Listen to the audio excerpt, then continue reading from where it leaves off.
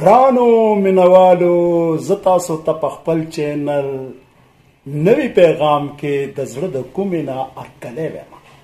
نن زه ستاسو ملاقات د یو داسې ځوان یو د داسې بریالي یو داسې ښاغلي فنکار سره کومه چې هغه په پنجابي په اردو او په پښتو فلمونو کې خدای ډېر لوی عزت او نوم ورکړی دی. هغه فایټ انسټرکټر هم دی، فلمونو کې هیرو هم راځي او د فلمونو هدایتکار هم دی چې نوم یې دی شانزیب خان. نو شانزیب خان صاحب سره ستاسو ملاقات کومه. ډیره مهرباني جاوید ګل صاحب، ډیره شکریا، ډیره مننه. ستا ډیره مننه چې تا مال ټایم راکړلو. شانزیب خان صاحب دا مینوال دا اوریدل غواړي چې ته د کومې علاقې اوسېدونکی؟ زه د ژوب بلوچستان سره تعلق لرم. قبایلي علاقه ده، کټر پښتانه، پګړو یې تړلو والا، ټوپۍ په سر، صدرې واسکټ اچولو والا. ما ته به طارق شاه صاحب الله دې وبخي، هغه به راته ویل د کاڼو اوسېدونکي دغې خوا راشه. د اوچتو غرونو اوسېدونکی شهزاده.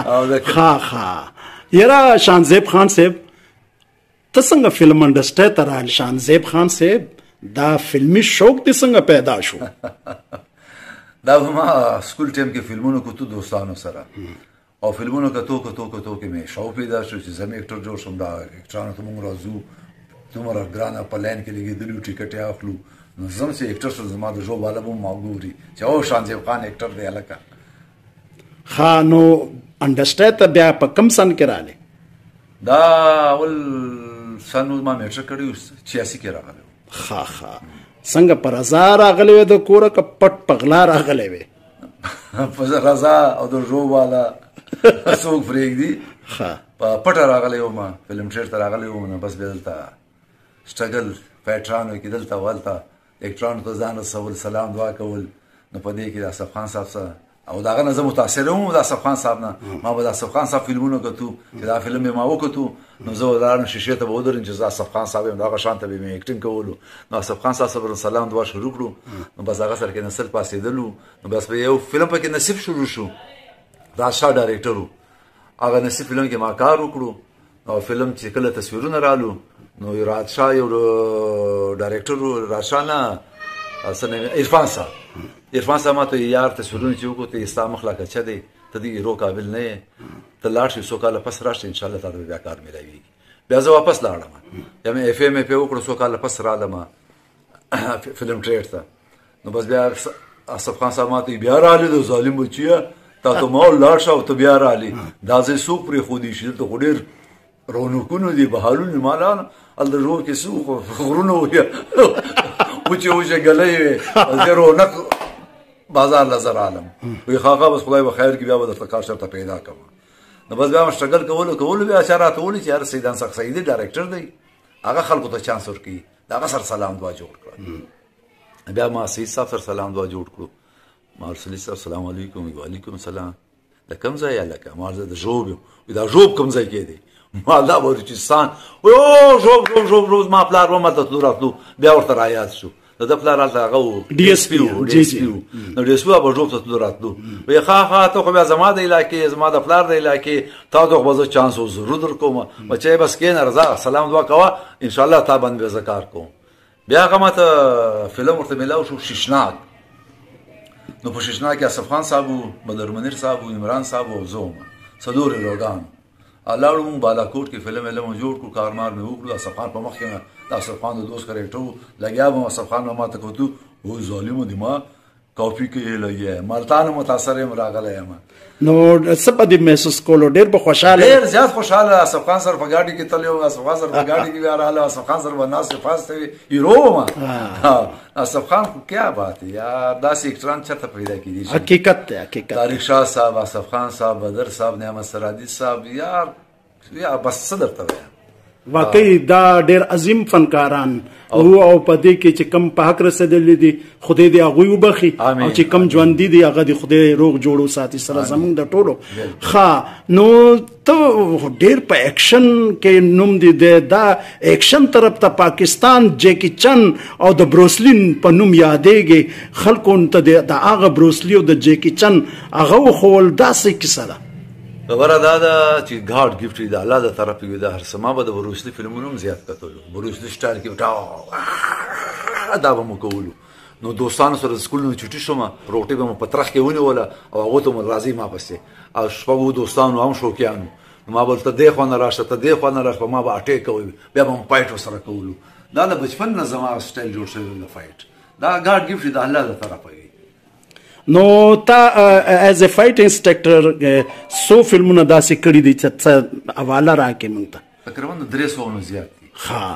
نو ماشاءالله دا فلم هدایتکاری ته د څنګه مخ شو فلم هدایتکاری او ایکشن ډایرکشن دا یو جواب دی تقریبا هم ډایرکشن دی هم ډایرکشن دی نو ما به ډایرکشن هم کول ور سره فایټونه به هم کول ور سره او چرته به یو ډایرکټر سره دوه درې فلم به ما ته شانته کار کوو به ما کار کولو نو خلکو ته پته ولول چې ډایرکشن هم کیو سره ما له ټول دا ګاډ ګفټ د الله د طرف دا په ذکیدل نه کیږي ذکیدل شدا وی ته فالش کیږي نو د الله د طرفه رومبه فلم د ډایرکټر کم یو رومبه فلم پیداگیر بلا داغه فلم پروډوسر پنجابی نو څه فیلینګ دی ایز ا ډایرکټر او خوشاله وم چې الله تعالی ما ته سولو فلم راکړو خپل ځان فلم او بیا اربا صاحب زما دوست زما د محسن اسف خان زوی هغه ما سره هیرو جهانگیر ما سره هیرو او ویلنو نو ډېر ښه کاست فلم نو رومبه زل اربا صاحب ما ډایرکشن فلم راته مل شو هغه ما ته پته و چې تاسو به ملایږي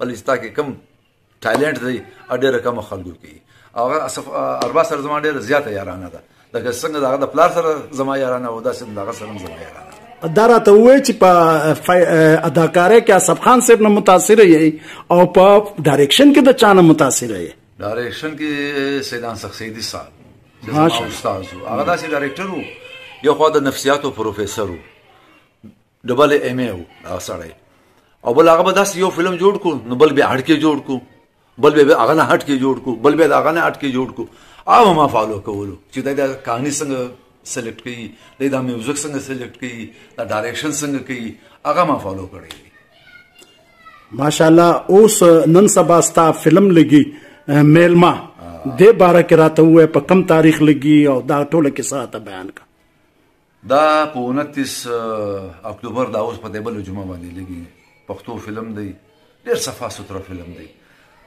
داسې چلو چې زه به دوستانو سره کېناستم خپل ژوب کلي ته ولاړم ما ته به ټول خبرې کولې دا تاسو په کوم ډګر روان دا څه فلمونه تاسو جوړوئ د بنګو غانې د شرابو غانې د چرسو غانې فحاشي دراز دروز جاز دروز دا څه دي تاسو کوئ څومره ښکلي فلمونه وو د بدر صاحب دغو د اسف خان دغو څه ښکلی میوزیک وو تاسو هغه شانتې ولې نه کوئ ما به تاسو ودرېږئ ما ته خو چانس راشي ستاسو دا ګیله به زه ختمه کړم په کې پی کې دوستانو هم دا خبرې به کولې په بلوچستان کې هم دا کولې کراچي ته ولاړم هلته هم دا خبرې کېدې نو خدای اوس ما ته چانس راکړو د یو صفا فلم د میلمه په شکل کې د دې میوزیک ډایرکټر شاکر د عمران صاحب ما سره وو جنګریز د رایټر وو نو موږ ټول کېناستو په دې باندې ډسکس وکړو چې یو ثقافت فلم جوړو د پښتو په کلچر یو فلم جوړو چې د پښتنو دا ګیلې ختم شي چې راشي د پښتو یو ښه فلم هم جوړېدی شي دا ختمول دي چې کوم په پښتو لګېدلی دی نو دا میلمه په شکل کې موږ یو شکل ورکړو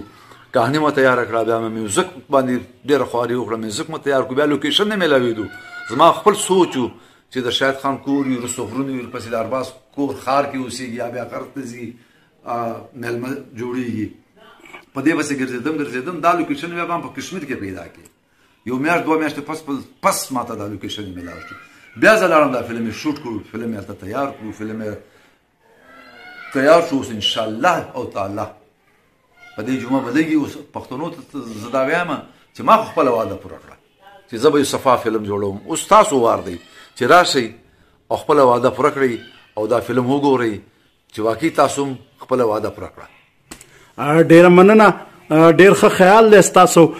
دا راته ووایي چې دومره غټ فلم تا جوړ کړو په دې کې شاهد خان دی او ارباز خان اکثر چې ډېر غټ هیروګان سړی والي نو ډایرکټر ته ډېرې پریشانیاں نه لکه په بار ملکونو کې هم بیانېږي چې دلیپ کمار صاحب او نورو اکټرانو چې بکار کولو نو اکټرانو به یو بل سره دلته هم څه داسې حالات جوړ شوي دي ډایرکټر ته که نه کله چې ما ارباز صاحب ته کهاني واوروله دا کهاني ډېره خوښه شوه. ما ارباز صاحب ته ما یو پښتو ثقافت فلم جوړو په موږ باندې یو داغ دی دا داغ ختمول غواړو او یې شان دا فلم ته شروع کړه. زه در سره یم هېڅ فکر مه کوه د پیسو فکر مه کوه د هېڅ فکر مه کوه د پښتو خدمت کول دي بس. موږ هم غواړو چې صفا فلم جوړ شي بس زه در سره یم. داسې شاید صاحب ته مو واوروله هغه ول زه در سره یم. بیا ما اصف خان صاحب ته واورول کهاني ما داسې صفا فلم دی ګانې صفا دي زړې سټایل کهاني دي کهاني صفا ده یو پکې فحاشي نشته چرچانو ګانې نشته. وی د ظالم بچی دا خو د پښتو خدمت کوي ما البته د پیسو خبره کوم څومره پیسې به غواړې. وی نه پیسې مې نه غواړم په دې کې به زه پیسې در کوم دا خو د پښتو خدمت دی. تاسو مونږ بیا را ژوندې کوئ هغه اصف خان فلمونه هغه د بدرونیر فلمونه ته را ژوندې کوې زه به تا سره هر هغه کې منډې ووامه څه خدمات وي څه وي زه تا سره یم. نو ټولو اکټرانو ما سره ډېر کوپریټ کړی دی ادنه زیات کوپریټ یې کړی دی. بیا داسې ټیکنیشن پنجابي ټیکنیشن و هغو ته ما واورول چې بھائی زه پښتو ثقافت فلم جوړوم هغو راسره کوپریټ وکړو موږ در سره یو چې ته د پښتو دپاره یو ښه قدم اوچتې نو موږ تا سره یو. ما خپل قدم اوچت کړو خپل ژبه ورسوله سر ته مېلمه فلم یې جوړ کړو. اوس پښتنو ته هم پکار دي چې راشي دا صفا فلمونه وګوري که دا فلم دوی نه ګوري نو بیا به د فحاشي د ډز دروز د شرابو د نشې ګانې بیا شروع بیا د هغو ته ناستې ګوري. ډېره مننه.